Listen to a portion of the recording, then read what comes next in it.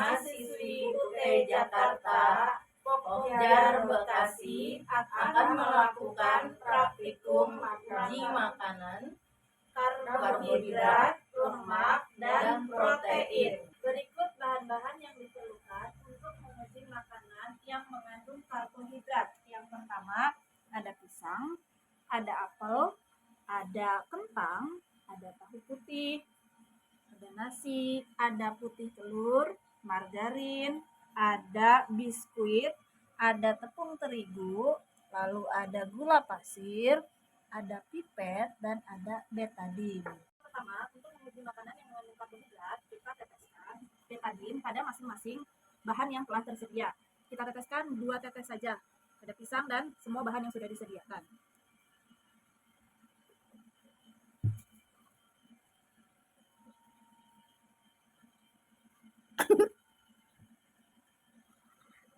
Setelah semua diberi tetesan betadin, kita tunggu beberapa menit. Setelah beberapa menit, terjadilah perubahan dengan makanan-makanan yang sudah tadi kita tetesi. Yang pertama di sini ada makanan yang berubah dari warna ungu kehitaman dan ada yang masih tetap berwarna merah. Untuk makanan yang mengalami perubahan dari warna merah menjadi ungu kehitaman, yaitu ada biskuit, ada tepung terigu, ada nasi, dan ada kentang. Selebihnya bahan yang tadi sudah disiapkan tidak mengalami perubahan. Itu artinya yang mengandung karbohidrat ada 4 bahan: nasi, biskuit, terigu, dan kentang.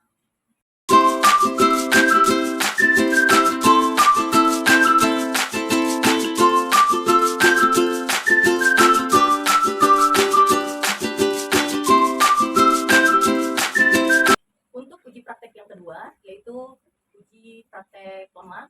Di sini bahan-bahannya sudah disiapkan. Yang pertama adalah jagung kering, ada pepaya, ada minyak goreng, susu, santan, kacang tanah, kemiri, wortel, singkong kering, margarin, seledri, dan ini alatnya ada lilin, air, pipet, alat tulis, korek api, dan juga kertas. Kerjanya yaitu yang pertama, kita beri nama dulu di kertas coklat ini dari masing-masing bahan yang sudah ada di sini yang nanti akan kita uji.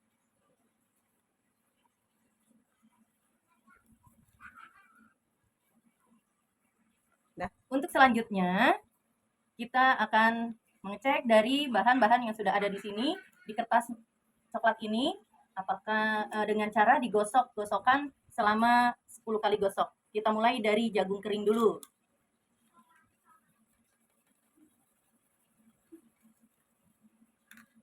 Kemudian margarin, kemiri.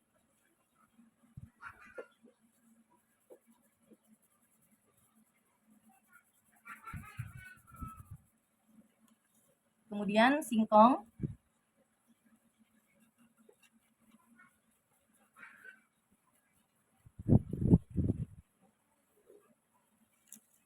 Kemudian pepaya.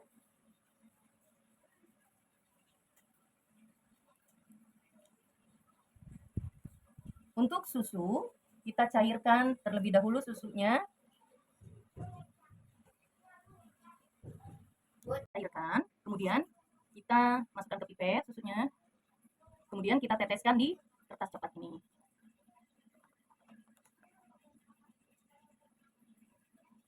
Setelah ini, kita inikan margarin, lelehkan margarinnya di sendok. Kemudian dilelehkan di api sehingga mencair margarin ini. Setelah margarin cair, maka akan kita teteskan ke kertas coklat ini.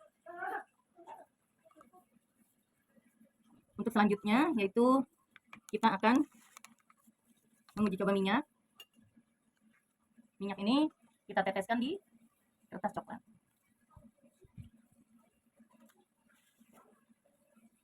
Kemudian wortel kita gosok-gosokkan selama 10 kali gosok. Kemudian santan. Santan juga kita masukkan ke kertas coklat ini. Kemudian setelah santan, yang terakhir adalah seledri. Seledri kita gosok-gosokkan selama 10 kali gosok. Baik, setelah ini kita tunggu dulu beberapa saat bagaimana reaksi dari uji coba di kertas coklat ini. Selama 10 menit, maka kita akan mengecek hasil dari percobaan kita di kertas coklat ini.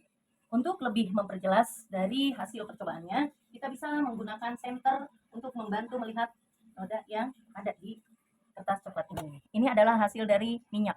Nampak di sini hasil minyak ini nodanya sangat jelas. Kemudian santan juga sangat jelas nodanya. Kemudian ini margarin. Nah, margarin. Ini juga susu. Ya. Kemudian kemiri nampak jelas. Ini kacang tanah. Ya, kacang tanah ada nampak nodanya juga. Kemudian ini pepaya, hasil pepaya. Kemudian ini seledri. Kemudian singkong. Ini wortel. Kemudian ini biji jagung. Dari hasil percobaan kita kali ini, kita ambil kesimpulan bahwasannya ada beberapa makanan yang mengandung minyak, yang mengandung lemak. Di antaranya yaitu minyak, santan yang ini santan, kemudian susu, margarin, dan kemiri, serta kacang tanah.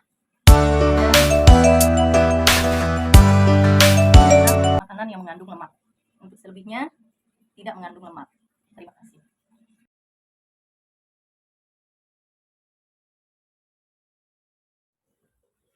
Untuk berikutnya, kita akan lanjutkan dengan praktikum tentang uji protein. Berikut ini bahan-bahannya yang sudah dilarutkan, kemudian tepung terigu, gula pasir, tempe, daging ayam, roti, putih telur rebus, seledri, kangkung, tembaga sulfat yang sudah dilarutkan, kemudian bulu ayam, air, gelas, piring plastik dan alat nulis, lilin, kemudian pipet, dan juga penjepit jemuran.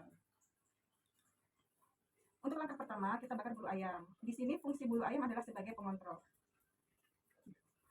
Kemudian kita akan lanjutkan dengan membakar bahan-bahan yang lain. Aroma dari bahan-bahan yang kita bakar, apabila sama dengan aroma bulu ayam tadi, berarti dia mengandung protein. Tapi apabila tidak sama, berarti tidak mengandung protein.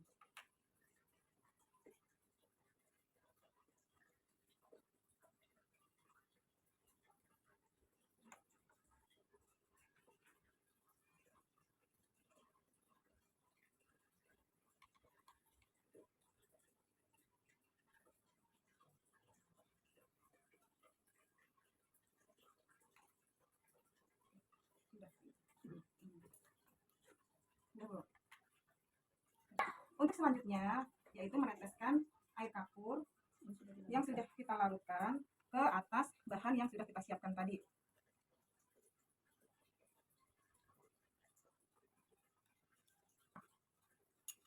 Kita teteskan di tengah-tengah dengan 2 kali tetes.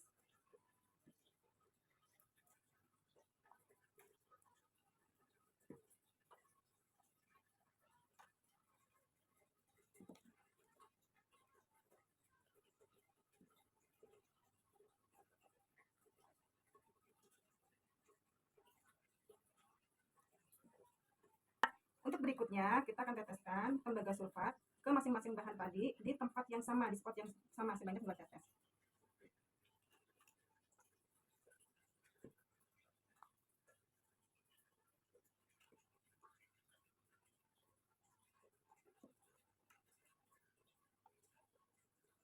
Kemudian nanti sudah selesai meneteskan tembaga sulfat, kita tunggu beberapa saat sampai bahan-bahan ini mengalami perubahan warna. Menit kemudian kita akan lihat perubahan warna yang terjadi pada bahan-bahan yang sudah kita tetesin tadi. Di sini roti, gula pasir, dan tepung tidak mengalami perubahan warna. Sedangkan di bagian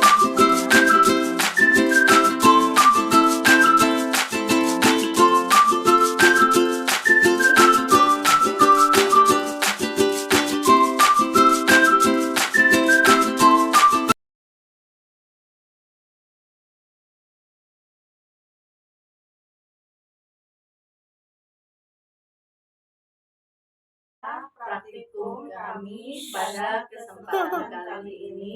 Wassalamualaikum warahmatullahi wabarakatuh.